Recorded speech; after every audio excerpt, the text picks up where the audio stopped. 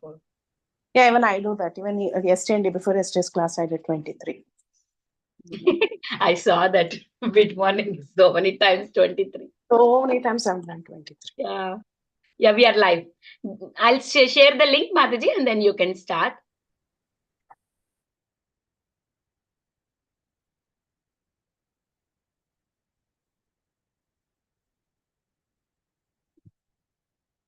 You want me to copy? Yeah, we can start anyway. We have enough participants. Hare Krishna, everyone. Welcome to Bhakti Sangha. Today, this evening, we are very fortunate. We have Her Grace Haritha Mataji to enlighten us on the topic of Srimad Bhagavatam, Canto 4, Chapter 10. Mataji, over to you. Yeah, Hare Krishna. Thank you, Mataji, to all the organizers for giving me this opportunity. So I will start with prayers. Om Agnananda Timirandasya Gnananjana Shalakaya Chakshurunmultam Yena Tasmai Shri Gurave Namaha. Om Namo Vishnupadaya Krishna Prasthaya Bhutale Srimate Bhakti Vedanta Swaminiti Namane Namaste Saraswate Devi Gauravani Pracharini Nirvishesha Shunyavadi Pasyate Desatarni Jai Shri Krishna Chaitanya Prabhu Nityananda Shri Advaita Gadadara Shivasadi Gaur Bhakta Vrinda Hare Krishna Krishna Krishna Hare Hare Hare Rama Rama Rama Hare Hare Hare Krishna Krishna Krishna Hare Hare Hare Rama Rama Rama Hare Hare Hare Krishna Krishna Krishna Hare Hare Hare Rama Rama Hare Hare Narayanam Namaskrityam Naram Chaiva Narottama Devim Saraswatim Vyasam Tato Jaimudire Nashtaprayasha Bhadreshu Nityam Bhagavata Sevaya Bhagavati Uttama Shloka Bhaktir Bhavati Naishtiki Om Namo Bhagavate Vasudevaya Om Namo Bhagavate Vasudevaya Om Namo Bhagavate Vasudevaya. Hare Krishna. I request all the attendees, all the Vaishnavas on the call to please bless me that I should speak the relevant words, what is exactly told by Srila Prabhupada and Guru Maharaj. So today we are going to hear about Srimad Bhagavatam, Canto 4, Chapter 10. It's Dhruv Maharaj's fight with Yakshas. So I'll just give a brief recap of what we have heard with the previous speakers about the Dhruv Maharaj story only. So actually this is the Srimad Bhagavatam. It is a conversation firstly between Shaunakadi Munis and Sutta Maharshi. And within that, where the rishis will be asking questions to Sutta Maharshi, and where Sutta Maharshi will be talking about like how Sukadeva Goswami he narrated this Srimad Bhagavatam to Parikshit Maharaj. And within the conversation of Sri Sukadeva Goswami and Parikshit Maharaj, we have this conversation of Maitreya Muni and Vidura. So in their conversation, like when Maitreya Muni is narrating all this Srimad Bhagavatam stories to Maitreya, incidents to devotee stories to Maitreya Muni, among that, one of the devotees' pastimes is this Dhruv Maharaj's pastime. So here, Maitreya Muni, he has already narrated, like we have seen that from the previous speakers, like Uttanapada is the son of Swayambhu Manu, and he has two he got married to he had two wives, that is Suniti and Suruchi, and Suniti is the elder one and Suniti is the younger one. And Suniti was like more humble, devoted, obedient wife, and Suniti was more like she was very insensitive, selfish, egoistic, and the Suniti's son is Dhruv Maharaj, and Suruchi's son is Uttama. So one day, like as like I could just put in all the recap here in these pictures, if you can see. like when Dhruv Maharaj he saw that Uttama was being placed in the lap of his father Uttanapada. He also wanted to feel that fatherly love from uh, Uttanapada. So he ran towards his father, but Suruchi, who is a stepmother of Dhruv Maharaj, she just pulled him off from his father, and she told that if he wants to sit on the lap of his father, he need to take birth from her womb by praying to Lord Narayana. So in this way, she speaks to this 5-year-old innocent kid very harshly. She speaks very harshly to this 5-year-old kid, and that really hurts the little kid Dhruv Maharaj, who was 5 years old. So he feels very insulted that even Uttanapada did not say anything to his mother. He did not take him, and he so getting hurt. He just in tears he walks to his mother Suniti. Meanwhile, Suniti already knows what happened with Dhruv Maharaj, and she being a very like pious lady, very devoted, very spiritual, who believes in Lord Narayana, Krishna. So she don't induce any bad thoughts into Dhruv Maharaj's mind against his stepmother, but instead she just motivates him to pray to Lord Krishna. Um, to get whatever endeavors he wants to achieve, like whatever his goal is. Dhruv Maharaj being hurt, he thinks that I will surely, like I should attain the highest position in this universe. He gets this determination to get this highest position in this universe since his mother Surichi has hurt him. So then Suniti, she just if you want anything to achieve, it's only by doing devotional service to Lord Sri Krishna. Then Dhruv Maharaj, being an innocent kid who accepts, like, um, who listens to his mother, he he takes her words very seriously, and he starts to forest to do austerities.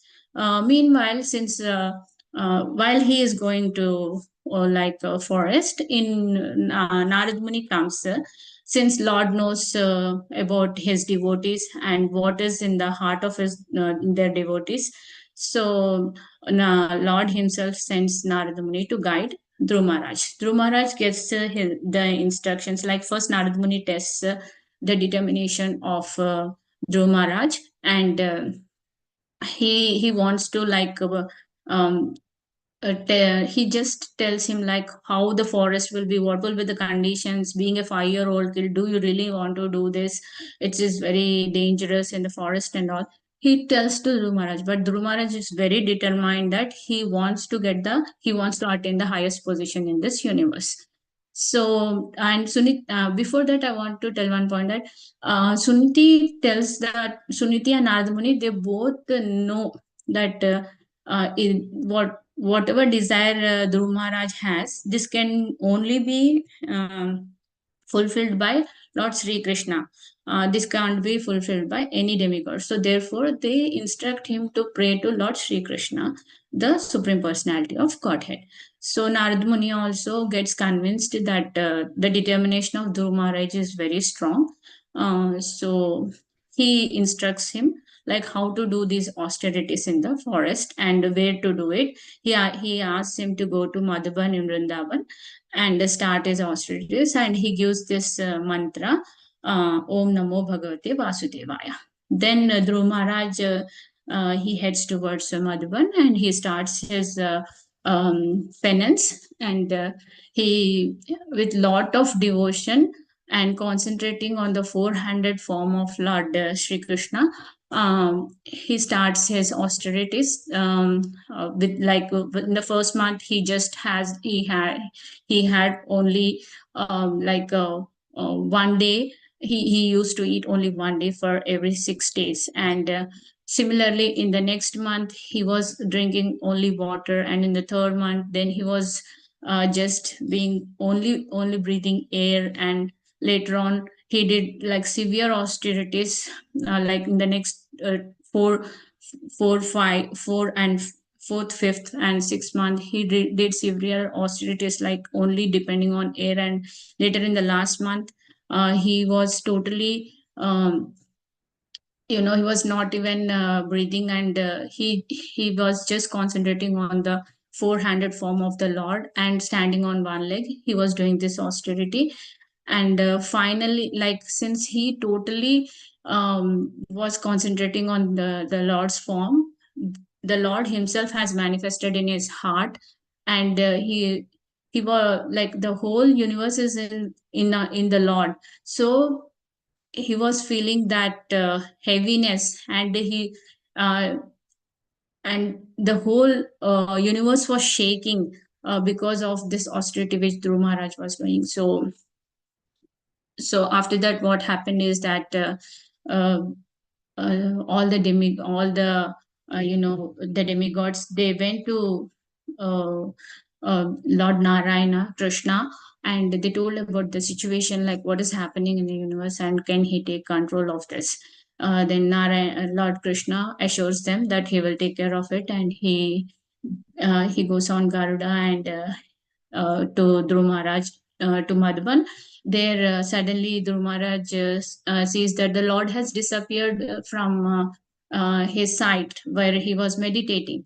Suddenly, the Lord disappeared. So he gets very disturbed, and he opens his eyes and he sees the four-handed form of Lord Sri Krishna as Garbhodaksha Vishnu. He sees him, and he feels very, very happy. Even he was trembling seeing the Lord. He was not getting any words. He just fall at the feet of the Lord, paying his obeisances. And Lord, since this 5-year-old kid, he don't know what prayers to offer.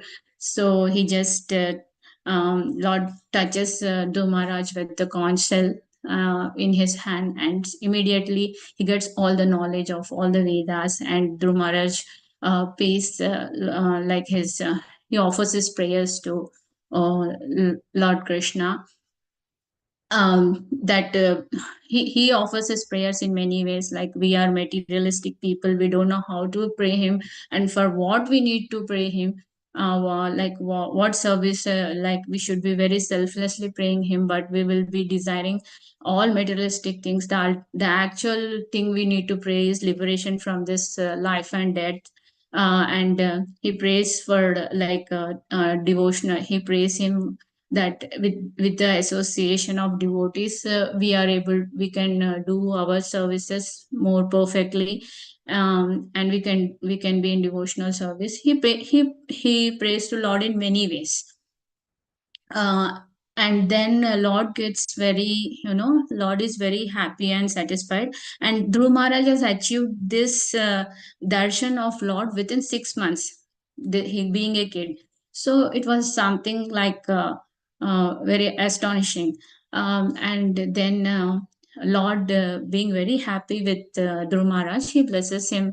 He asks him, what is your desire? Then he says, I don't want anything, Lord. Your darshan is only a big blessing and desire for me. No, no, no. Then Lord says, Lord knows everything, what desire a devotee has in his heart, anybody's heart.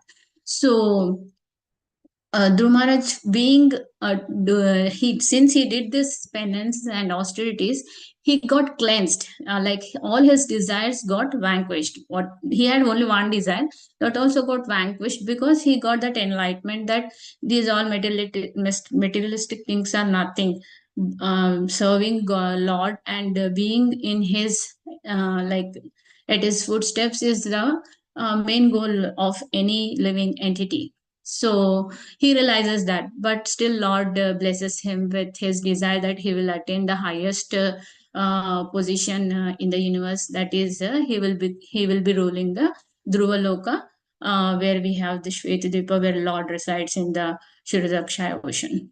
Then After that, Lord blesses that he will be ruling for a certain period of time, and then he will go back to the Dhruvaloka, back to Godhead, and he will never come back to this material world. Uh, um, and Lord disappears. As Lord disappears, Dhruv Maharaj, he doesn't feel happy because he was feeling very ashamed that why he had the desire that to achieve the highest position in this material world. It was so materialistic. Means keeping that intention, he has done this penance, and still Lord has appeared in front of him. So he was feeling ashamed because of he had that desire. But still, then he starts to home, and his father Uttanapada, he receives Dhruv Maharaj with lot of love, and uh, Dhruv Maharaj falls at the feet of his father, takes his blessings, and even he falls at the feet of Suruchi, his stepmother, and he takes her blessings also, because since he has done all this austerities, he don't have any more revengeful thoughts in his mind for his stepmother. He's totally cleansed, and he is having all loving feelings for her stepmother also. Um, and she blesses him to live long, and even like Sunuti, being his mother, she feels overwhelmed and very happy seeing Drumara safe and attaining such darshan of Lord. And so Uttanapada also feels very happy. And so till last chapter, like what we have seen is this, that after that, like once Dhruv Maharaj, Uttanapada feels that Dhruv Maharaj is capable of ruling the kingdom and taking care of the people of the kingdom, he just decides to retire and enthrone Dhruva as the king of his kingdom. Now coming to the current chapter, that is chapter 10, Dhruva Maharaj fight with the Yakshas. So after Uttanapada, he retires and he goes to the forest for renunciation. Dhruv Maharaj becoming king, he gets actually in this chapter we'll be seeing like the marriage of Uttanapada, the killing of Uttama by the Yakshas, and then the way Dhruv Maharaj goes and fights with the Yakshas in revenge, to take a revenge against his brother, and what is the war, what are the scenes in the war field, and how the Yakshas create the illusions in the war field, and how Dhruv Maharaj comes out of it. So these all things we will be looking in this chapter, and some realizations out of this chapter. So the chapter starts with Dhruv Maharaj's marriage. Dhruv Maharaj marries like he has two wives. He gets married to two ladies. That is, one is Brahmi. She is the daughter of sage Shishumara, and through her he begets two children, that is Kalpa and Vatsara. And he has so here Srila Prabhupada writes in the purport that why Uttanapada has left to forest before Dhruv Maharaj's marriage. Like why he didn't get his son married and then leave to like forest for self-realization or renunciation. So here Srila Prabhupada writes that here Srila Prabhupada mentions that it's not like I'm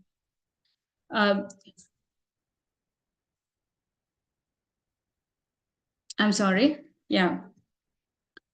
So here Prabhupada mentions that it is more important since Uttanapada is a Rajarshi.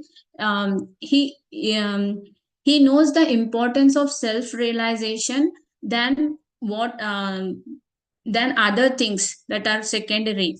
So he leaves to um, forest before getting Dhruv Maharaj married. So I was listening to this lecture of Radhesham Maharaj, where he explains, giving some examples. Like even the prachetas, the 10 prachetas, they were coming back from the forest. They get married to a girl told by Brahma, and they're returning home. Meanwhile, Prachina Varshad, his father, is leaving for the forest before they are coming only. So Narada Muni comes and asks him, why you are leaving to the forest before your sons are coming, and why you are not enthroning them and then leaving the kingdom. Then Prachina Varshad, he answers that my sons know what to do. They will come and they will take over and rule the kingdom. They know what to do. And that's what he tells, and he leaves to the forest for self realization. He's in a hurry to do like go and do spiritual service to Lord. So this is not, Srila Prabhupada says that this is not seen in current situation. One more thing, like Maharaj also quotes some shlokas by Chanakya, that na aharyat chintayet pragyo dharma ekam hi chintayet. So don't worry about food, worry about dharma. So here the current dharma of this Rajarshi is to um, do penance. That's what he's doing, his dharma, instead of worrying about his kids.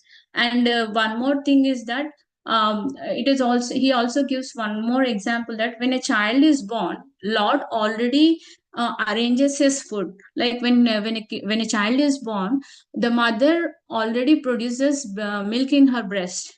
So God already arranges everything for everyone. So we need not overly worry what will happen to my kids, what will happen to my relatives after I leave or something. When the time comes for renunciation, you should leave immediately. You should not think that I will leave after giving these instructions. I will wait for some time. We never know when our life will end. So when you got time, when you have given responsibilities to someone, just leave for renunciation. That's what Srila Prabhupada mentions here by telling like what we can derive from this situation where Uttanapada retires before getting like before getting Dhruva Maharaj married. And again, we can see that Dhruva Maharaj, coming to the next verse, that is second verse, Dhruva Maharaj also gets married to Ila. She is the daughter of Vayu, the demigod, and through her he begets two children, that is Utkala, his son, and a daughter. So after that, Dhruv Maharaj, one day he hears about Uttama, who was still unmarried, his brother who was still unmarried. He went to forest for hunting, and there he gets killed by a powerful yaksha in the Himalayan mountains. So hearing this, his mother, Suruchi, she also like she also goes in the same path and in search of her son, and she also dies there. So hearing this, King Dhruva, like Dhruva, um, he feels very agitated. He feels very morose, sorrow, and he's lamenting. He's very angry, and he's lamenting for the death of his brother, because without reason he has been killed. He was just going on a hunt, and these yakshas have killed his brother without any reason. So Dhruv Maharaj, he gets on to his chariot, and he gets onto his chariot for victory over the city of this Yakshas, which is called as Alkapuri, which is meant to be in the Himalayan valley. So next, through verses 3 to 7, we will see where like the description of the Yakshas and the war scene between Dhruv Maharaj and the Yakshas. So here, one more thing we can derive, like Srila Prabhupada mentions in the purport that Dhruv Maharaj becoming angry, overwhelmed with grief and envious of the enemies was not incompatible with his position as a great devotee. It is a misunderstanding that a devotee should not be angry, envious, or overwhelmed by lamentation. Dhruv Maharaj was the king, and when his brother was unceremoniously killed, it was his duty to take revenge against the Yakshas from the Himalayas.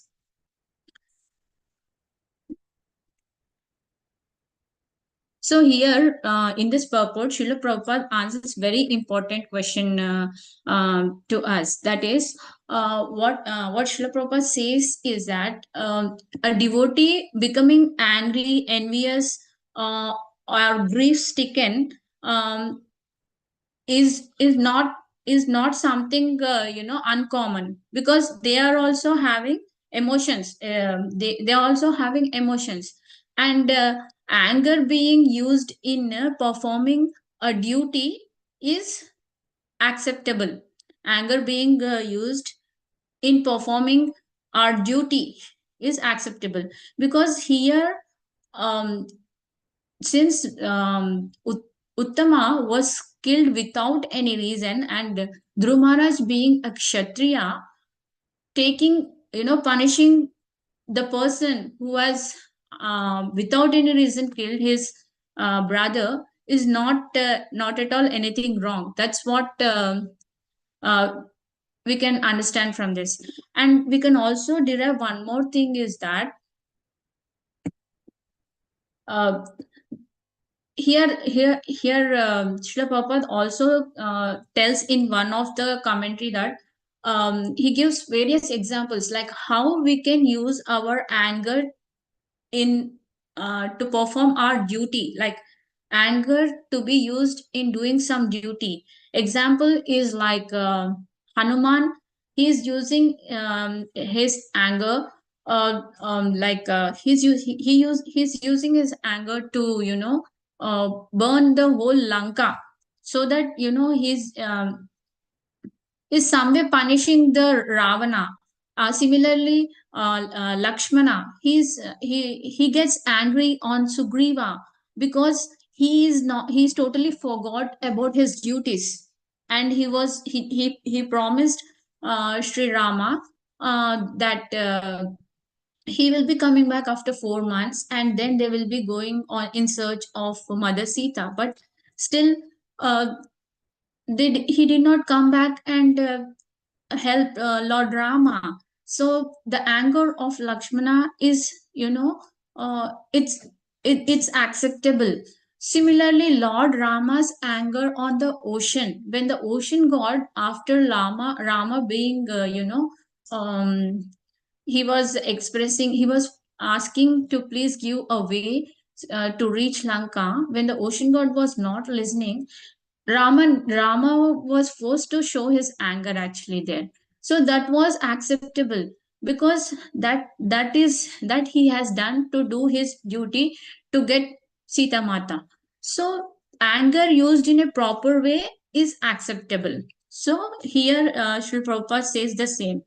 Um, Here, like Srila Prabhupada justifies, anger used in right way is good, but anger used in uncontrolled way is not acceptable. A person who cannot overcome anger, he should never use his anger. He should not show his anger on anyone. This lesson, like we can learn this lesson. So here further, Dhruv Maharaj, so since he was lamenting, and he started and towards Alkapuri. So let us see what happens after this. Yeah.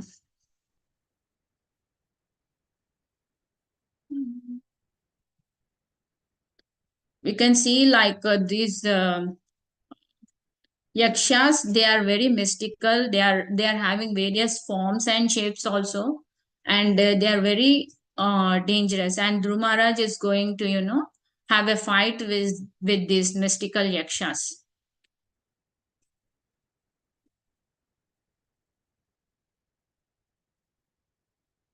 Next, so Dhruv Maharaj, he went to the northern direction of the Himalayan range. In that range, he saw city full of ghostly persons who were followers of Lord Shiva.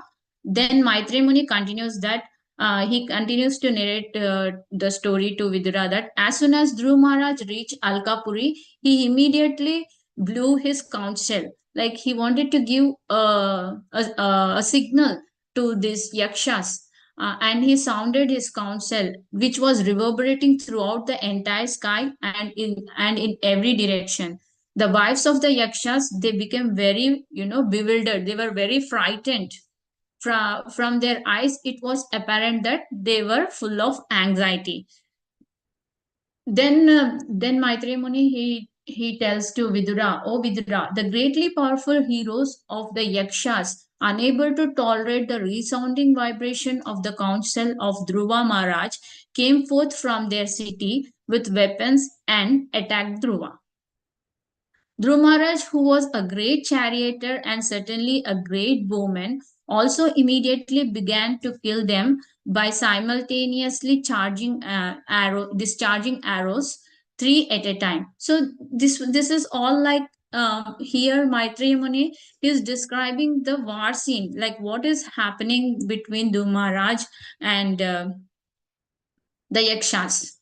So it was like uh, Dhruv Maharaj was shooting like three arrows at a time towards these yakshas. The yakshas praised Dhruv Maharaj that even though they were like getting defeated, even though they are getting defeated, like they were getting pierced by the arrows, they still, um, they praised Dhruv Maharaj actually. So here again, the Maitri Muni, he mentions to Vidra, as soon as Dhruv Maharaj, O hero Vidra, the greatly powerful heroes of Yakshas, unable to tolerate the resounding vibration of the council of Dhruv Maharaj, came forth from their city with weapons and attacked Dhruva. Dhruv Maharaj, who was a great charioteer and certainly a great bowman, also immediately began to kill them by simultaneously discharging arrows three at a time. When the heroes of the Yakshas saw that all their heads were being thus threatened by Dhruv Maharaj, they could very easily understand their awkward position, and they concluded that they would certainly be defeated. But as heroes, they lauded the action of Dhruva. So they just praised Dhruv Maharaj. Being Kshatriyas, Dhruv Maharaj being Kshatriya, uh, and being a single person, he came to fight with the yakshas alone. So seeing his valor, they praised Dhruv Maharaj. Here Srila Prabhupada mentions the purport that this spirit of fighting in a sporting attitude is very significant. The yakshas were severely attacked. Dhruv Maharaj was their enemy, but still, upon witnessing the wonderful heroic acts of the Maharaj Dhruva, they were very pleased with him. This straightforward appreciation of an enemy's powers is a characteristic of real Kshatriya spirit. So this actually, this spirit, Prabhupada is mentioning about, like, with what spirit we need to fight also. Even being in the fight, with what spirit we need to fight. We need to appreciate the opposition if they are doing good. So that is what is a Kshatriya spirit. Then in the next verse, Maitreya Muni continues to describe like what is happening in the war scene. Just like serpents who cannot tolerate being trampled upon by anyone's feet, the yakshas, being intolerant of the wonderful powers of Dhruv Maharaj, threw twice as many arrows. 6 from each of their soldiers, and thus they very valiantly exhibited their powers. So, seeing Dhruv Maharaj, fighting so valorly, now the Yakshas also got perturbed and they started to, throw like 6 arrows at a time. Each soldier is shooting 6 arrows at a time on Dhruv Maharaj. The Yakshas soldiers were almost like 130,000, and they were very strong, all greatly angry, all desiring to defeat the wonderful activities of Dhruv Maharaj. With full strength, they showered upon Maharaj Dhruva, along with his chariot and charioteer, various types of feathered arrows. So they were like shooting enormous, like different types of weapons. They were shooting various kinds of weapons like arrows, iron bulgions, they are called as parigas. They were shooting nishtrimasas, swords, prashasulas, tridents, parasvadas, lances, shaktis, spikes, stitis, spears, and bushindi weapons. So they were throwing different types of weapons onto Dhruv Maharaj.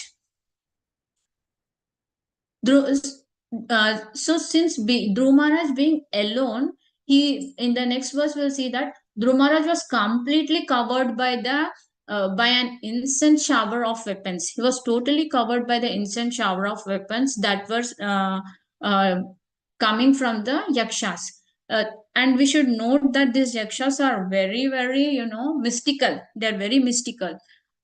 They have so many magical powers. They can like once they will be in front of you, and again within a moment they will just disappear. So they have all kind of mystical shaktis, we can say, powers.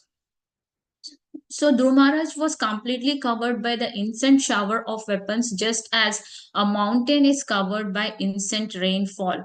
So here we have a purport in which we have commentary by Srila Vishwanath Chakravarti Thakura. He points out in this verse that in this connection, that although Dhruv Maharaj was covered by instant arrows of the enemy, this does not mean that he succumbed in the battle. So we know that Dhruv Maharaj is a pious devotee. He has done a lot of penance, and he could take the darshan of the Lord.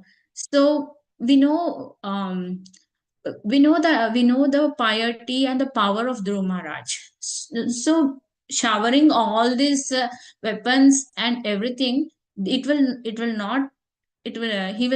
not be affected, because he is already blessed with the Supreme Personality of the Godhead. So that's what here Srila Vishwanath Chakravarti Thakura wants to point out. The example of a mountain peaks being covered by instant rain is just suitable.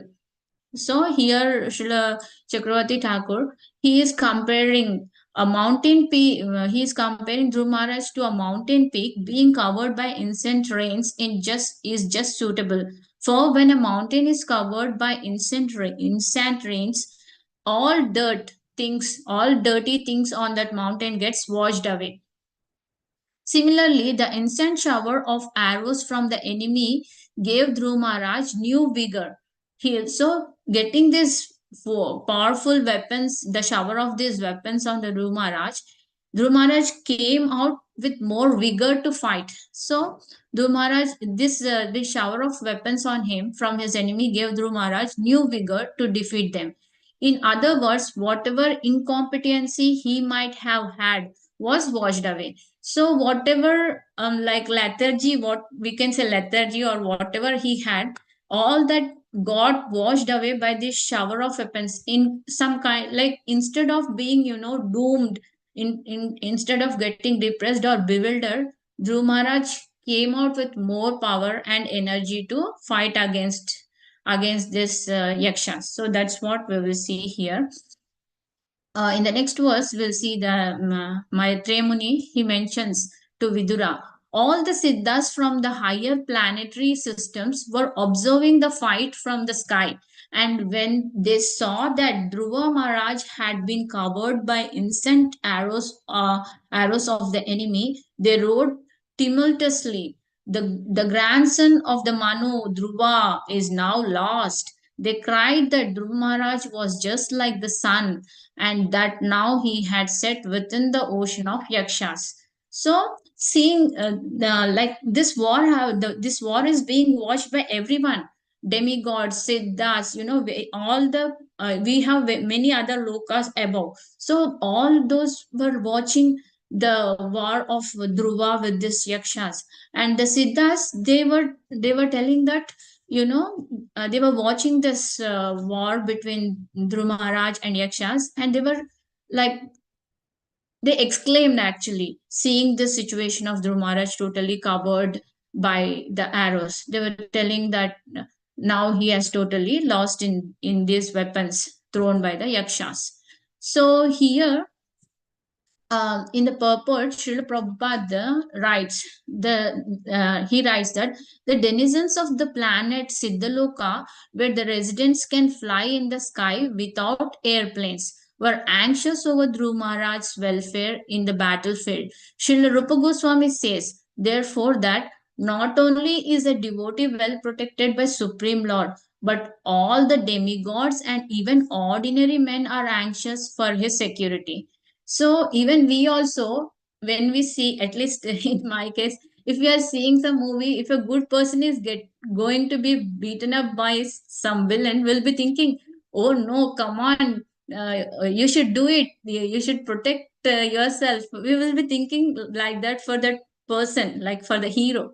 Similarly, here Dhruv Maharaj is the hero, is a pious soul, and everyone, not only Lord, even um, even other human beings, denizens, demigods, everyone is on the side of Dhruv Maharaj, and they're thinking of his good. They want him to win. They want him to, uh, you know, um, they don't want him to be defeated.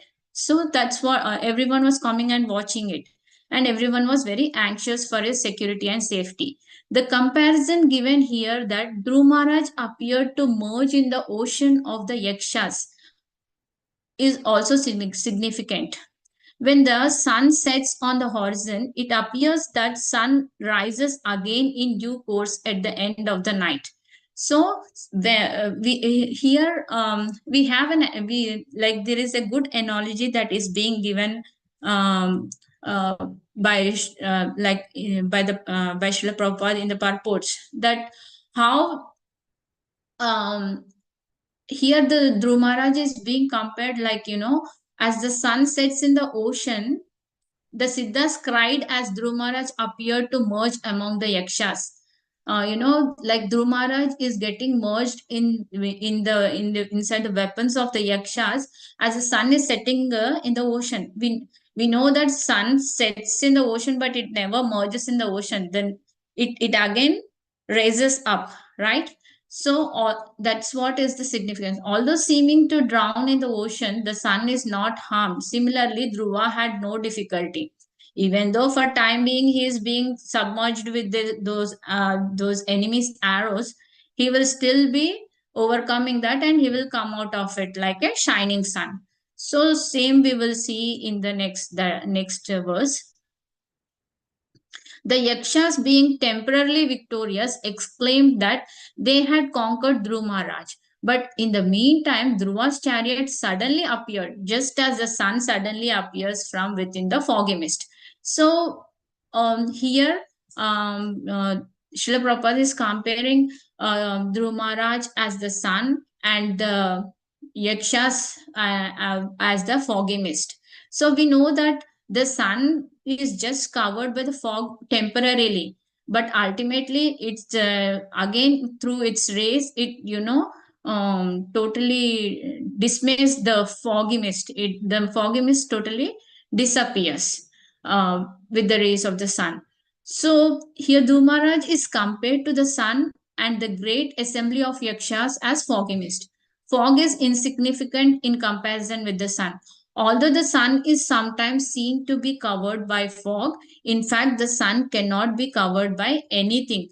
Our eyes may be covered by a cloud, but the sun is never covered. By this comparison to the sun, the greatness of Dhruv Maharaj is also being affirmed. So, the greatness of Dhruv Maharaj is compared to like the sun. How strong is the sun? That strong is the greatness of Dhruv Maharaj. That means he can't be defeated actually. So we'll move to the next verse. The Yakshas, being temporarily victorious, exclaimed that they had conquered Dhruv Maharaj. But in the meantime, Dhruva's chariot suddenly appeared just as the sun suddenly appears from within the foggy mist. Dhruv Maharaj's bow and arrows twanged and hissed, causing lamentation in the hearts of his enemies. So here we can see that how Dhruv Maharaj has again come out of the he has come out of this the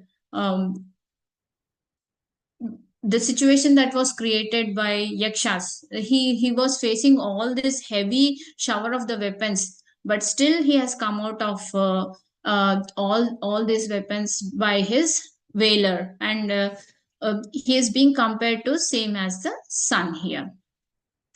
We can see here the Dhruv Maharaj scattered the yakshas' weapons with his arrows as the wind scattered clouds in the sky. And the significance, his twanging bow created dismay. So what here we can see that this whole the whole description here is about the war and how Dhruv Maharaj has been totally defeating how he might be facing some difficult situation, but still how he is overcoming it, and he is coming out of that bad situation. Dhruv Maharaj's bows and arrows twanged and hissed, causing lamentation in the hearts of his enemies. He began to shoot instant arrows. Previously, it was the yakshas who were shooting instant arrows. Now it has become reverse. Since Dhruv Maharaj has gained he has come out of his lethargy or whatever it is, and now he has regained his vigor. He is fighting back again with more vigor against his enemies. So what is happening? It is causing lamentation in the hearts of the enemies, that is yakshas. He began to shoot instant arrows, scattering all their different weapons, just as the blasting wind scatters the assembled clouds in the sky. The sharp arrows released from the bow of Dhruv Maharaj pierced the shields and bodies of the enemies, like the thunderbolts released by King of Heaven, which dismantled the bodies of the mountains. Okay, next, let me move to the next slide.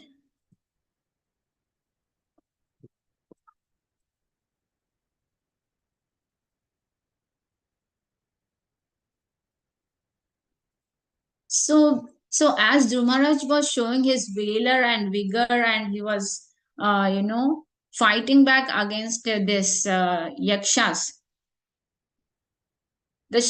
So after that, again, Maitreya Muni, he describes like what is happening in the next few verses. The great said Maitreya continued, "My dear Vidura, the heads of those who are cut to pieces by the arrows of Dhruv Maharaj were decorated very beautifully with earrings and turbans. The legs of their bodies were as beautiful as golden palm trees. Their arms were decorated with golden bracelets and armlets, and on their heads there were very valuable helmets bedecked with gold. All these ornaments lying on the battlefield were very attractive and could bewilder the mind of a hero." So since Dhruv Maharaj has fought back so fiercely and he has cut down all the limbs of the enemy, that is yakshas, and he has cut down the heads, he beheaded them. They were totally under fear. All the yakshas were under fear, and they started to flee from the battlefield. They just flew from the battlefield because of the bewilderment in their heart. The remaining yakshas who somehow or the other were not killed had their limbs cut to pieces, but the arrows of the great warrior Dhruv Maharaj, with the arrows of the great warrior Dhruv Maharaj. Thus they began to flee just as the elephants flee when they get defeated by lion. So here Dhruv Maharaj is being compared to lion, as the elephants flee from the battlefield when they see lion. Similarly, the yakshas were just running away from the battlefield because of the, seeing the fierce attitude of Dhruv Maharaj. Here, yakshas could not tolerate the fears of Dhruv Maharaj. That's why they flee from the battlefield. So next we can see Dhruv Maharaj, the best of the human beings, observed that in that great battlefield, not one of the opposing soldiers was left standing with proper weapons.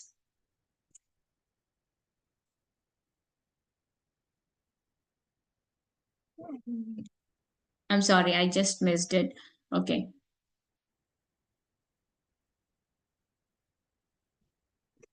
Dhruv Maharaj, the best of the human beings, observed that in that great field, not one of the opposing soldiers was left standing with proper weapons. He then decided to see the city of Alkapuri, but he thought to himself, no one knows the plans of this mystic yakshas. We know that these yakshas are very mystic. They do all magical stunts and tricks. They cheat and they have this cheating mentality through which they try to win. And this has been mentioned in many places in the scriptures. The way the yakshas fight, even we can see Indrajit. He was also having this mystical powers. The way he created the illusion in the battlefield of in Ramayana. So similar, we can't. So Dhruv Maharaj thought that since all these yakshas have fled away, let me go and check out the city. But he was very skeptic about these, mystical yakshas. He was he was cautious actually. Being a Kshatriya, we should always be cautious, and he was exhibiting that quality. Like he was just not being very loose and just go. Now that they have fled out, now flew from the battlefield, I'll be relaxing, I'll be enjoying. He was very cautious. In the meantime, while Dhruva Maharaj, doubtful of his mystic enemies, was talking with his charioteer, they heard a tremendous sound. So, what happened was as Dhruv Maharaj was talking to his charioteer, he was talking like same. We can't believe this yakshas; they are very mystical and all these things. They heard various tremendous sounds as if the whole ocean were there, and they found that from the sky, great dust storms were coming over them from all directions. So Dhruv Maharaj and his charioteer, they heard these mystical sounds of oceans, and they were seeing that they were very great dust storms coming over on them. Like these are all illusions that are being created by these yakshas to distract Dhruv Maharaj, to create fear in his heart, so that he will run away, or either he will he will be belittled, and he will be afraid, and so that they can again take over him and defeat him or kill him. So that's what they were thinking. So that's why they were doing all this mystical action, illusions on him. Within a moment, the whole sky was overcast with dense clouds, and severe thundering was heard. There was glittering electric lightning and severe rainfall. So they created all these things. They created clouds, they created thunderbolt, they created electricity, everything, like electric lightning in the clouds and everything in the war field. My dear, for then Maitreya Muni, he continues to narrate to Vidura. My dear faultless Vidura, in that rainfall there was blood. So since they have created all these illusions, but they created some kind of rainfall, and in that rainfall they were throwing blood, they were throwing mucus, they were throwing pus, they were throwing stool, urine, and marrow. All these were heavily falling on Dhruv Maharaj. Like they were throwing all this before Dhruv Maharaj, and there were trunks of bodies falling from the sky. So to make Dhruv Maharaj, to create a fear, to create fear in the heart of Dhruv Maharaj, these yakshas were created. They are approaching various cunning, cheating full. They were approaching various ways, to bewilder Dhruv Maharaj. But since Dhruv Maharaj is a devotee, that won't happen actually. They don't. I don't know if they are not. They don't know that Dhruv Maharaj is a great devotee of Lord or what. But they were trying all their mystical powers on Dhruv Maharaj. Next, a great mountain was visible in the sky, and from all directions, hailstones fell. Hailstones fell on Dhruv Maharaj, along with lances, clubs, swords, iron bullions, and great pieces of stones were falling. Dhruv Maharaj also saw many big serpents. He saw many big serpents with angry eyes, vomiting forth fire and coming to devour him, along with groups of mad elephants, lions, tigers. Then, as it is like as if there was the world was moving towards dissolution, like total like destruction. They have created a scene, something like the whole world is moving towards destruction, something like that. They have created a fierce scene there. The fierce sea with foaming waves and great roaring sounds came forward before him. The demon yakshas are by nature very heinous, and by their demonic power of illusion, they can create many strange phenomena to frighten one who is less intelligent. So, here we should note this point actually. So these demonic powers that have this demonic power of illusion, they can create many strange phenomena to frighten one who is less intelligent.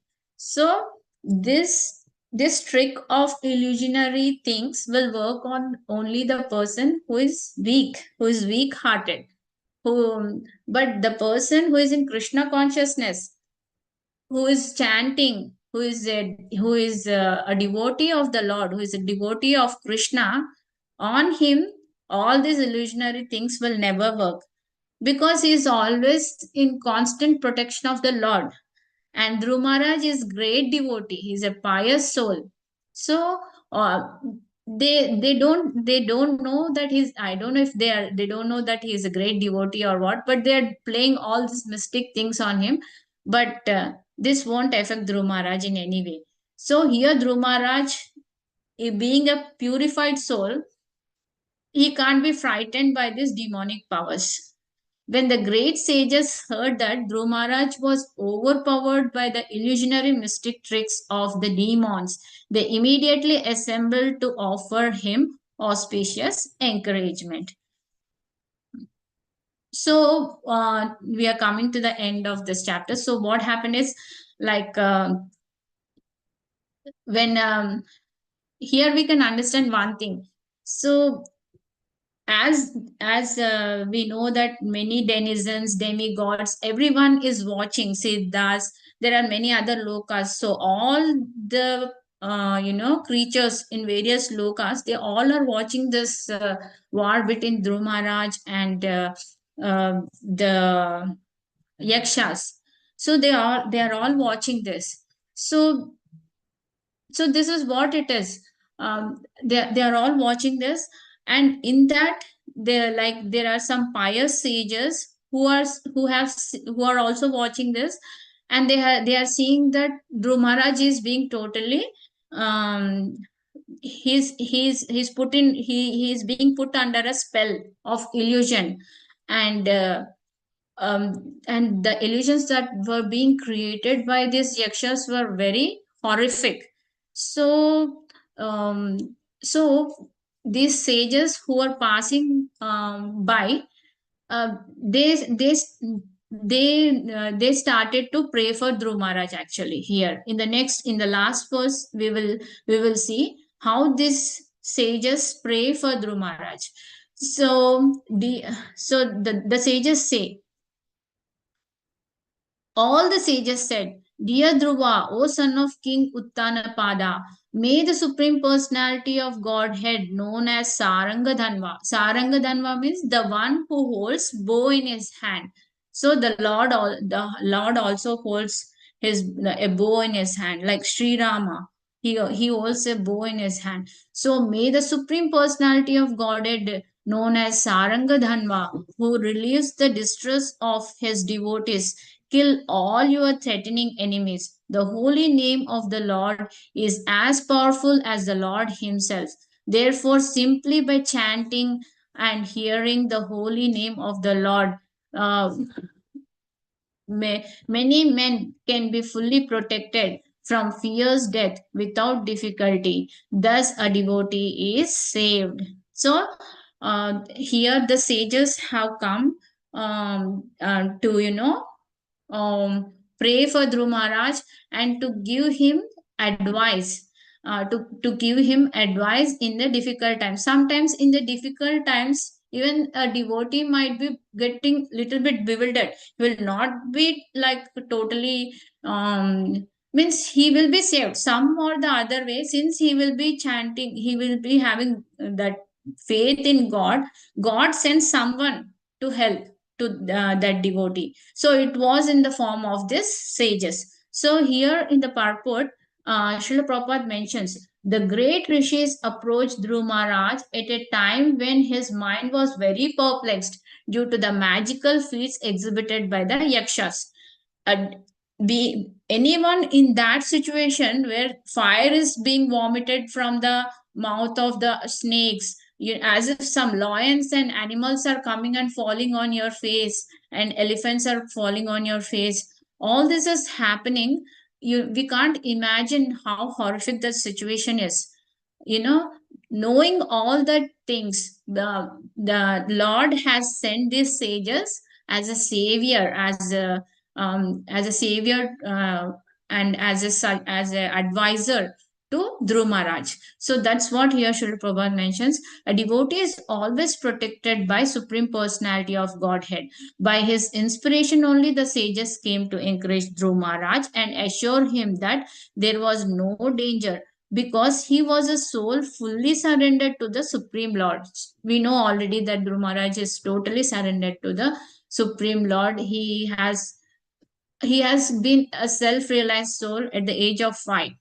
So by the grace of Lord, if a devotee at the time of death can simply chant his holy name, Hare Krishna, Hare Krishna, Krishna Krishna, Hare Hare, Hare Rama, Hare Rama, Rama Rama, Hare Hare. Simply by chanting this Maha Mantra, he immediately surpasses the great ocean of material sky and enters the spiritual sky. He never has to come back for repetition of the birth and death. Simply by chanting the holy name of the Lord, one can surpass the ocean of death. So Dhruv Maharaj was certainly able to surpass the illusionary magical feats of yakshas, which for the time being disturbed his mind. So here, Srila Prabhupada very nicely mentions here that a devotee in difficulty is always always helped by Lord by some or the other form, by sending some other devotee to give him some advice to how to come out of that difficult situation. So this is here Prabhupada is mentioning the same thing. And through Radhashyam Maharaj's lecture, what I heard is that Maharaj was mentioning about one of the examples that has been given by Srila Prabhupada only, where Srila Prabhupada mentions that he mentions about a man who was drinking water from a pond, and his very expensive ring it fell into the water. And this man being bewildered, like, oh my god, this is so expensive ring, and he started to search for that ring in the pond very hither-thitherly, and the whole water was dirt, it has become muddy, so he was totally not able to see the ring. Thereby, a sage was passing nearby, and he came to him and he told, "Just sit back and chant."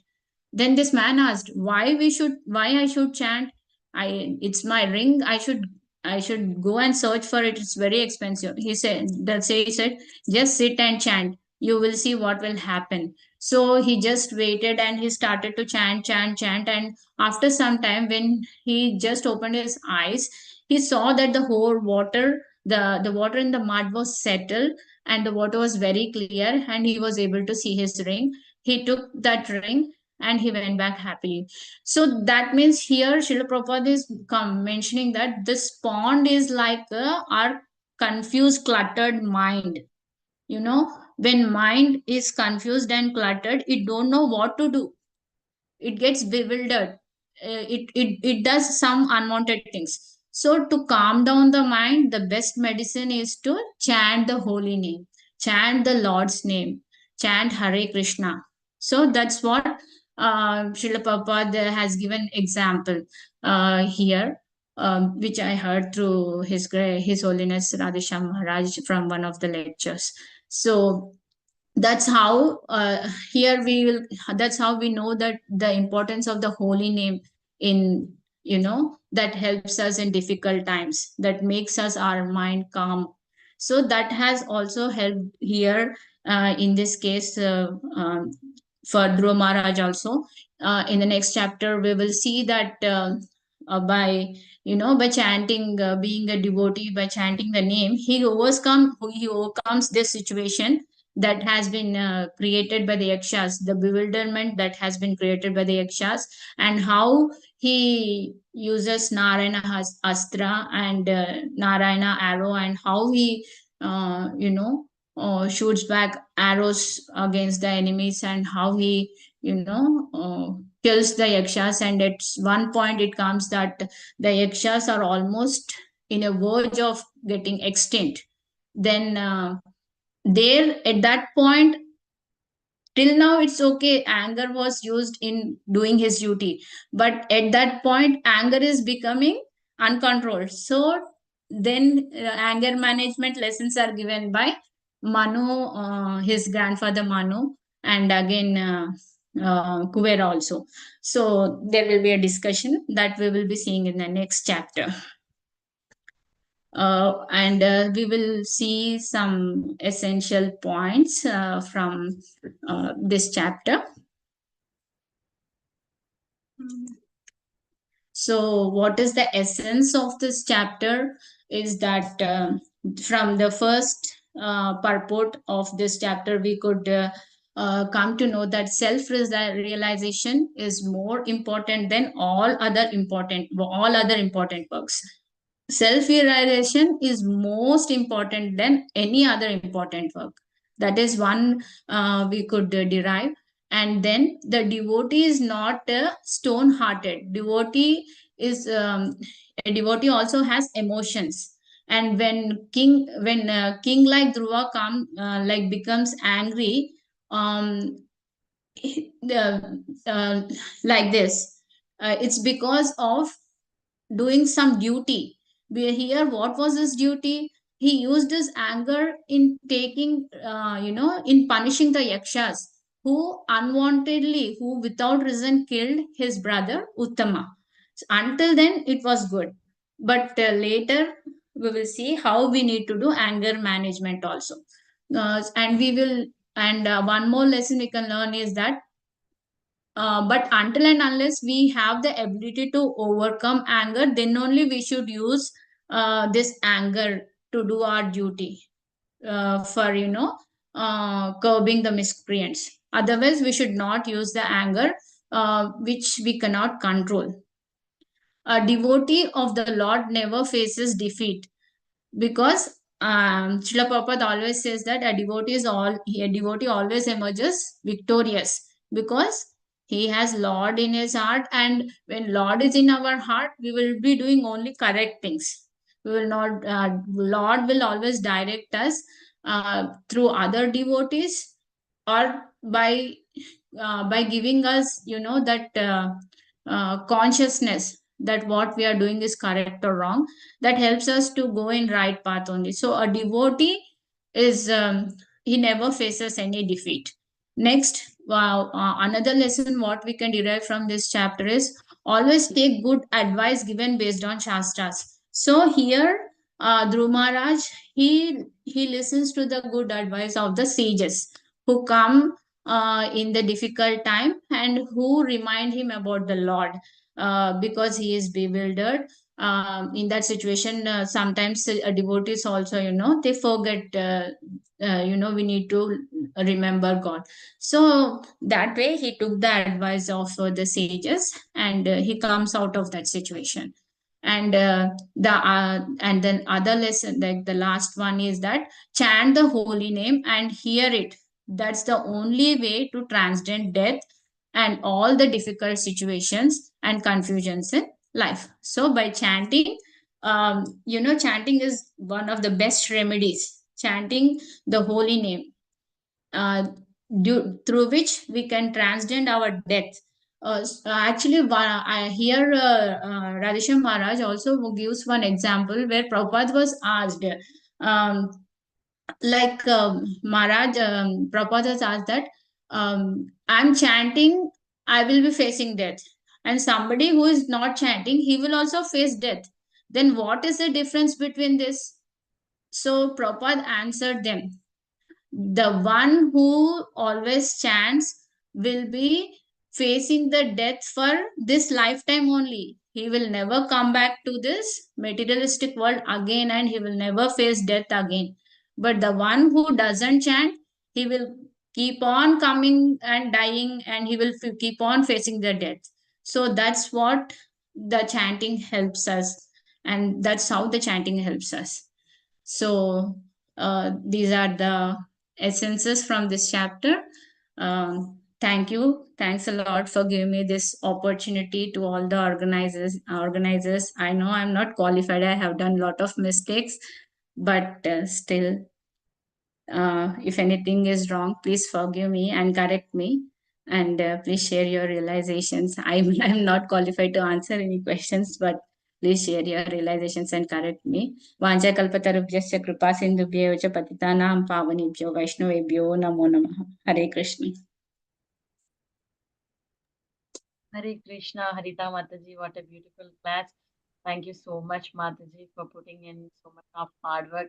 You gave us whole summary of Rudra Maharaj pastime and brought us to the 10th chapter. And you also talked about so many analogies and also at the end, the essence of the chapter. Thank you. Thank you so much, Mataji, for such a beautiful class. Krishna Prabhu, please go ahead with your question.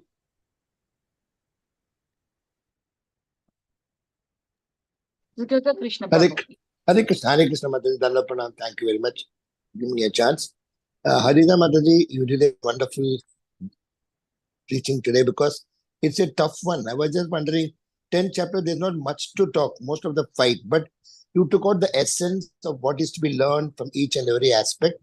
And the best thing I liked was that the Saranga Dhanva, that how the chanting and because the Saranga Dhanva, that it will come and help us. And the stories of Radhesham Prabhu also was very good. Small, but going deep into the heart.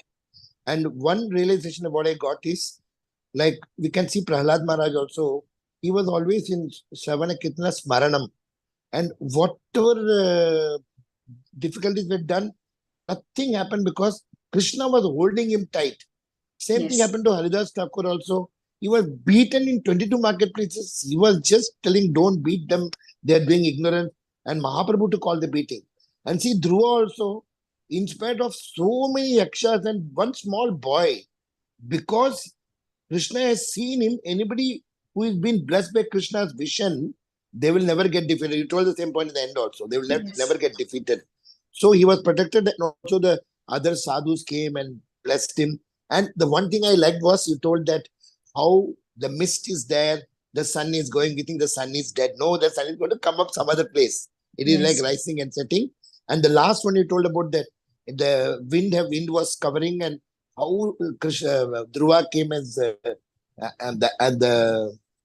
and he removed the wind. It came. What you told, something you told, that it came and removed the wind, and it made it clear.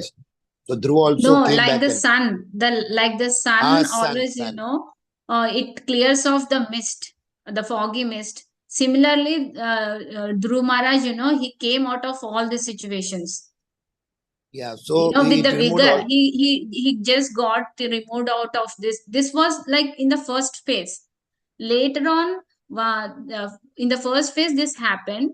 Then the yakshas again, the yakshas were defeated by Dhruv Maharaj. After that, once Dhruv Maharaj came out of this situation, the yakshas were defeated. They fled, and again, this is the last phase where they created all these mystical things. The yakshas have created this at the end, where at some point Dhruv Maharaj was also getting bewildered because of those mystical creations that they have done. That's why Lord has sent devotees to help Dhruv Maharaj to recollect the name of the Lord, so that he can become more strong and powerful and come out of those. You told first sun and the mist. The mist Yeah. removed, but the sun came back. But next time you told the cloud was removed by the wind. You brought the example of cloud, and wind came and removed the cloud. Yeah. Yes. The second time.